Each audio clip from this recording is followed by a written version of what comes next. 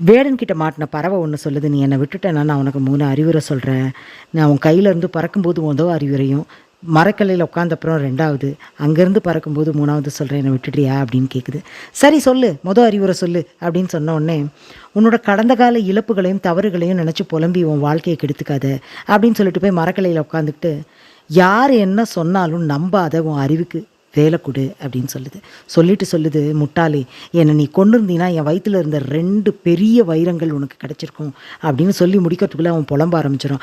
ஐயோ, எனக்கு முன்னையே தெரியாமல் போயிடுச்சே, தெரிஞ்சிருந்தா 2 வைரமும் எனக்கு கிடச்சிருக்குமே, போச்சே என்ன பண்ணுறது, சரி 3வது அறிவுரையாவது சொல்லு, அதாவது எனக்கு யூஸ் ஆகுதான்னு பார்க்குறேன் அப்படின்னு சொல்கிறான்.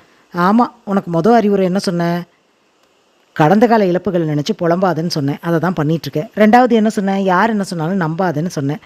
என் வயிற்றுல 2 வைரம் இருக்குதுன்னு சொன்னால் அதையும் நீ நம்புற. நானே குட்டி பறவை, எப்படி என் வயிற்றுல பெருசாக 2 வைரம் இருக்கும்?